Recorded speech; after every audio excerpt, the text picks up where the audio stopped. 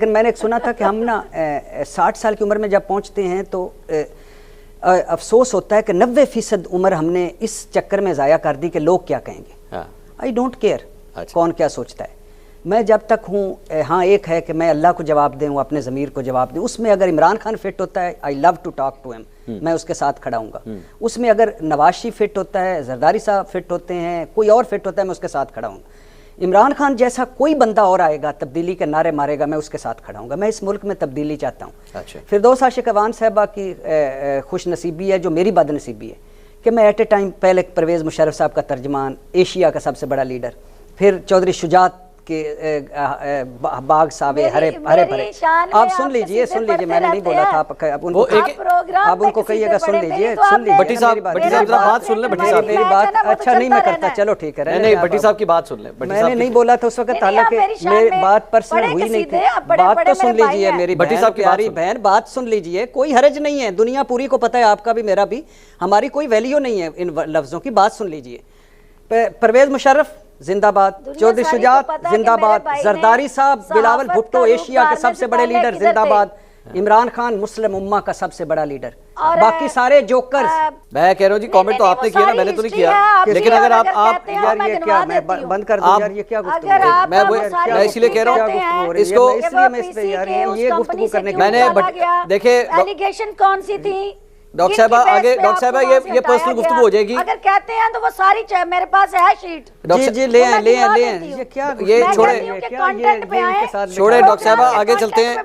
Doctor साहबा मैं भी तो यही कह रहा हूँ, अब ये पर्सनल गुफ्तगू नहीं करनी चाहिए, आगे चलते हैं।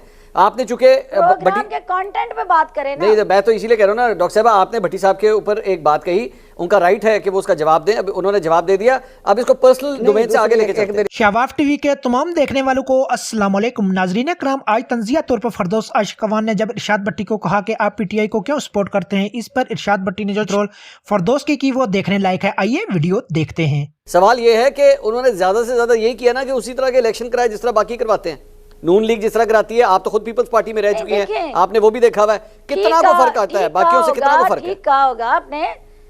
देखिए, आप इस चीज को अंडरस्टैंड करें कि आप एक चीज गलत हुई, जैसे भी पीपल्स पार्टी ने की है या नून ने की है, क्या पीटीआई के अंदर से किसी माई के लाल ने उनको चैलेंज किया?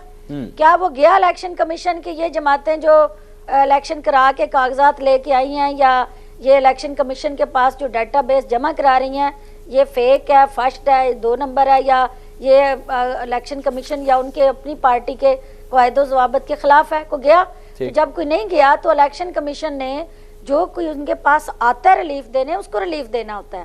अगर अकबर एस बाबर वहाँ पहुंचा है तो वो उसकी पिटिशंस जो है वो इसलिए एंटरटेन हुई कि बाकी किसी जमात के खिलाफ एप्लीकेशन आई नहीं, कोई पिटिशन हुई नहीं। जो डिस्कशन हमारे प्यारे मेरे भाई भी हैं पीटीआई की और खान साहब की और ओवरऑल रूल ऑफ लॉ की जो वो बात करते हैं, ये सारी चीजें जो हैं वो टीवी टॉक शोज में बहुत अच्छी और दिल को भाने वाली और किसकी बात कर रही हैं आप?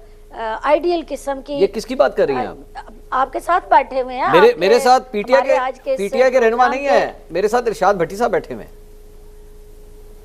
मैं इरशाद भट्टी साहब को कभी भी पीटीआई से माइनस नहीं कर सकती, और मैं ये समझती हूँ कि मेरा भाई जो है वो सहाफ़ी ज़रूर है, लेकिन उसके साथ साथ उसकी एक अपनी ज़ाती ख्वाहिशात, अरमान और कुछ ताल्लुक़ वास्ते और कुछ उनका है ना उस जमात के साथ लेना देना। तो वो जो बात करते हैं वो ठीक कह रहे हैं कि ये जमात जो है उसको इस वक्त जो है वो ज़मीन बोस है, तो इसको और ज़्यादा चित ना किया जाए।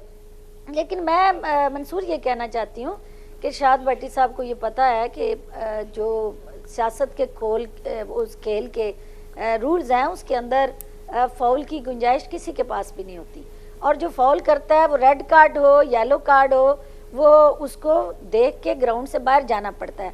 अब इमरान खान साहब का या पीटीआई का जो फाउल है वो रेड कार्ड के साथ ग्राउंड से बाहर है, तो उन्हें वेट करना चाहिए। और ये नहीं होता कि अंपायर जो है ये उसके ऊपर मुनहसर होता है, रेफरी के ऊपर है कि वो एक मैच के लिए बैन करे, वो 2 मैच के लिए बैन करे, कितनी सजा देता है उस रेड कार्ड की बेस पे। जी भट्टी साहब, जब वो उसको दोबारा से ग्रीन कार्ड देता है तो फिर वो ग्राउंड में आके खेलता है। ये नहीं होता कि वो अंपायर को चैलेंज करे, रेफरी को चैलेंज करे, सियासत के खेल में अदालतें जो हैं वो रेफरी हैं, और वो रेफरी का किरदार अदा करते हुए अगर कोई फैसले कर रही हैं तो उन फैसलों पे तहफ़्फ़ुज़ात हो सकते हैं, लेकिन अल्टीमेटली उन्हीं का फैसला मान के आप ये मुल्क चल सकता है और ये माशरा। वैसे मैं वैसी एक करेक्शन सिर्फ यहाँ पे कर दूं कि रेफरी अगर किसी को रेड कार्ड दिखा दे फिर वो ग्राउंड में वापस नहीं आ सकता।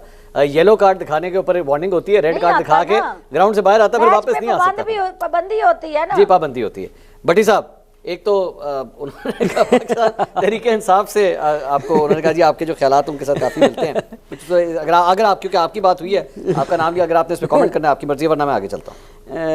क्या करूँ मैं, मेरी बहन है, बड़ी अल्लाह इन्हें खुश रखे, थैंक यू वेरी मच। मैं इस पे कोई सफाई नहीं, मैंने कभी कोट पढ़ा था कि 60 साल में जब आप पहुँचते हैं, मैंने आपके दिल की आप बीती अरशाद भाई, सिर्फ आपके जज्बात एहसासात की अक्कासी की है। जी मेहरबानी, मैं इसकी आपको आइंदा पे भी किया करूँगा और बताया करूँगा कि मेरे दिल के जज्बात और एहसासात आशिक फिरदौस की ज़बानी सुनिए, तो वो छोड़ दीजिए। लेकिन मैंने सुना था कि हम ना 60 साल की उम्र में जब पहुँचते हैं तो अफसोस होता है कि 90% उम्र हमने इस चक्कर में ज़ाया कर दी कि लोग क्या कहेंगे। आई डोंट केयर कौन क्या सोचता है, मैं जब तक हूँ। हाँ, एक है कि मैं अल्लाह को जवाब दूँ, अपने ज़मीर को जवाब दूँ। उसमें अगर इमरान खान फिट होता है, I love to talk to him, मैं उसके साथ खड़ा हूँगा। उसमें अगर नवाज शरीफ फिट होता है, जरदारी साहब फिट होते हैं, कोई और फिट होता है, मैं उसके साथ खड़ा हूँ। इमरान खान जैसा कोई बंदा और आएगा, तब्दीली के नारे मारेगा, मैं उसके साथ खड़ा हूँगा। मैं इस मुल्क में तब्दीली चाहता हूँ। अच्छा। फिरदौस आशिक अवान साहबा की खुश नसीबी है, जो मेरी बदनसीबी है कि मैं एट ए टाइम पहले परवेज़ मुशर्रफ साहब का तर्जमान, एशिया का सबसे बड़ा लीडर, फिर चौधरी शुजात के बाग सावे हरे भरे। आप सुन लीजिए, मैंने नहीं बोला था, आप उनको कहिएगा, सुन लीजिए। भट्टी साहब बात सुन लें, भट्टी साहब मेरी बात। अच्छा नहीं मैं करता, चलो ठीक है, नहीं भट्टी साहब की बात सुन लें। मैंने नहीं बोला था उस वक्त, हालांकि मेरी बात पर्सनल हुई नहीं थी। बात तो सुन लीजिए मेरी भट्टी साहब की प्यारी बहन, बात सुन लीजिए, कोई हरज नहीं है, दुनिया पूरी को पता है, आपका भी मेरा भी, हमारी कोई वैल्यू नहीं है इन लफ्जों की। बात सुन लीजिए। परवेज मुशर्रफ जिंदाबाद, चौधरी शुजात जिंदाबाद, जरदारी साहब, बिलावल भुट्टो एशिया के सबसे बड़े लीडर जिंदाबाद, इमरान खान मुस्लिम उम्मा का सबसे बड़ा लीडर, बाकी सारे जोकर्स। मैं कह रहा हूँ जी, कमेंट तो आपने किया ना, मैंने तो नहीं किया। लेकिन अगर आप यार ये क्या, मैं बंद कर दूं यार, ये क्या गुफ्तगू, मैं इसीलिए कह रहा हूँ इसको, ये गुफ्तगू करने के मैंने देखे एलिगेशन कौन सी थी डॉक्टर साहब आगे, डॉक्टर साहब ये पर्सनल गुफ्तगू हो जाएगी। अगर कहते हैं तो वो सारी मेरे पास है शीट। जी ले ये क्या, ये छोड़े डॉक्टर साहब आगे चलते हैं। डॉक्टर साहब मैं भी तो ये कह रहा हूँ, अब ये पर्सनल गुफ्तगू नहीं करनी चाहिए, आगे चलते हैं। आपने चूंकि प्रोग्राम के कंटेंट पे बात करें ना। नहीं, मैं तो इसीलिए कह रहा हूँ ना डॉक्टर साहब, आपने भट्टी साहब के ऊपर एक बात कही, उनका राइट है कि वो उसका जवाब दें, अब उन्होंने जवाब दे दिया, अब इसको पर्सनल डोमेन से आगे लेके